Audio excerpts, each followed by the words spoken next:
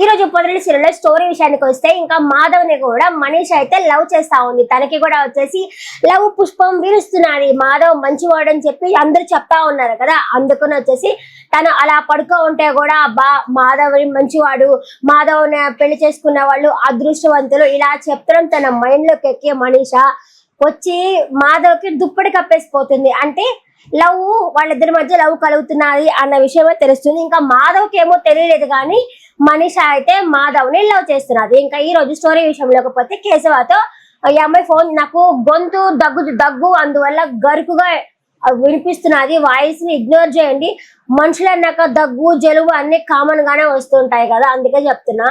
గొంతు కొంచెం బొంగురుగా అనిపిస్తుంది, ఇగ్నోర్ చేయండి నా గొంతుని, ఆ బొంగుర్ని.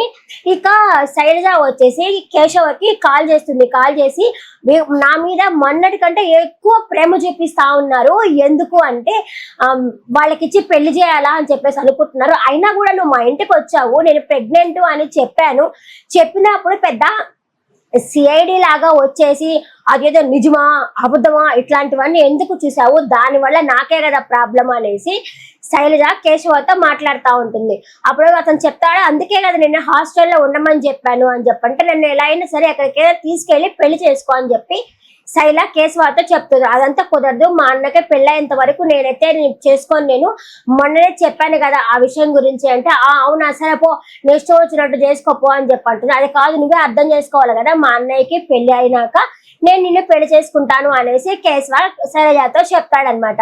ఈ అమ్మాయి ఏంటంటే వాళ్ళ ఇంట్లో వాళ్ళు మాటకు వస్తే వేరే వాళ్ళతో పెళ్లి చేస్తున్నారు కాబట్టి నన్ను పెళ్లి చేసుకోవాలని ఫోర్స్ అయితే చేస్తా ఉంది. ఇంకా దాని గురించి ఇంకా ప్రెగ్నెంట్ అని కూడా నటించింది కదా, పనిలో పని చేసేసుకుంటూ పోయా. ఇంకా ఎక్కువ ఇగ్నోర్ చేయటం వల్ల గొడవలు అవుతాయి, వాళ్ళిద్దరి మధ్య మనస్పర్ధలు కూడా వస్తాయి.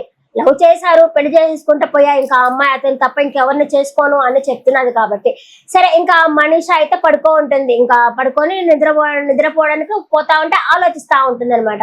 ఏంది అంటే మాధవ మంచోడు అని చెప్పి అందరూ చెప్తున్నారు, అలాగే మహాలక్ష్మి కూడా చెప్తుంది అబ్బా మా పెద్దని ఎవరు పెళ్లి చేసుకుంటారో కానీ చాలా అదృష్టవంతులు అని చెప్పంటుంది. అలాగే గాయత్రి చేసుకోలేకపోయింది కానీ ఇంకెవరు చేసుకున్నా కూడా చాలా మంచివాడు అంటే ఓహో అతను చాలా మంచోడా అనేసి తను కూడా లవ్ చేయడం స్టార్ట్ చేస్తుంది అనమాట. అంతే ఇంకా అలా బయటకు వచ్చి చూస్తుంది. అక్కడ మాధవ అందరూ వరుసగా పడుకో ఉంటారు కదా, ఆ పడుకో ఉన్నప్పుడు వచ్చి దుప్పటి కప్పేసి వెళ్ళిపోతుంది అనమాట. అంటే తనకి కూడా లవ్ చేయాలా అనేసి ఇప్పుడిప్పుడే ఆశ కలుగుతా ఉంది. మాధవ్ అంటే ఇష్టపడతా ఉంది మనీష. ఇంకా నెక్స్ట్ డే తెల్లవారినాక అబ్బాయి ఉన్నాడు, కన్నా ఉన్నాడు కదా, సరే మీరంతా ఫొటోస్ తీశారు కదా నా ఫొటోస్ పంపించండి అంటే నీ ఫొటోస్ మేమేం తీలేదే అని చెప్పి వీళ్ళు మాట్లాడుకునేసరికి మీరు అన్నలేనా నా ఫొటోస్ లేదంటున్నారా అనేసరికి ఊరికే నా కామెడీ కోసము నీ ఫొటోస్ తీసాంలే, ఇదిగో నీ ఫొటోస్, నువ్వు ఇంకా పెద్దవాడు అయితే సేమ్ మాధవ అనేలాగే ఉంటావు అని కూడా మాట్లాడుకుంటున్నాం మేము అని చెప్పి చెప్తారు. ఓ అవునా థ్యాంక్స్ అన్నయ్య అని చెప్పేసి అని అయితే అంటాడు అనమాట. అంతే ఇంకా మహాలక్ష్మి హ్యాపీగా అందరితో కలిసిపోతా ఉంటుంది. ఏమ్మా మహాలక్ష్మి ఆఫీస్కి వెళ్ళవా అని అడుగుతాడు పెద్ది. లేదు నాకు కొంచెం హెల్త్ బాగాలేదు, అదే హెల్త్ కాదు జర్నీ చేసి వచ్చారు కదా అందువల్ల అలసిపోయారు, అందుకే లీవ్ పెట్టాను నేను అని చెప్పి మహాలక్ష్మి చెప్తుంది అనమాట. మనీషకి అర్థం కాదు కదా, క్యా క్యా అంటా ఉంటుంది. నీ క్యా గోలేందమ్మా నాకు హిందీలో చెప్పడం రాదు అనేసి చక్రి అంటా ఉంటాడు. అక్కడ సరదాగా నవ్వుకుంటా ఉంటారనమాట. అంతే వెంటనే చేస్తే మహాలక్ష్మి ఆఫీసులో ఉన్నారు కదా లక్కీ అయితే గబగబా వస్తా ఉంటాడు.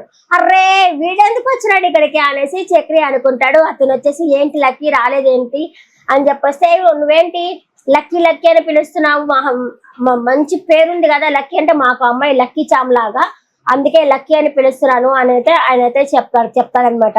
ఇంకా పెద్దని కూడా అన్నయ్య అంటే మా పేరు పెట్టి పిలువు అని చెప్పేసి అంటాడు. అంతేలోపల మహాలక్ష్మి అందుకొని తప్పేముంది, పెద్దవాడు కాబట్టి అన్నయ్య అంటున్నాడు. అంటే మీకంటే కూడా ఇతను పెద్దవాడు కదా, మరి నువ్వు అతన్ని అన్నయ్య అని పిలవ్వా అంటే నేను ఎవరిని పడితే వాళ్ళని అన్నయ్య అని పిలవను అని చెప్పేసి మహాలక్ష్మి అంటుంది అనమాట.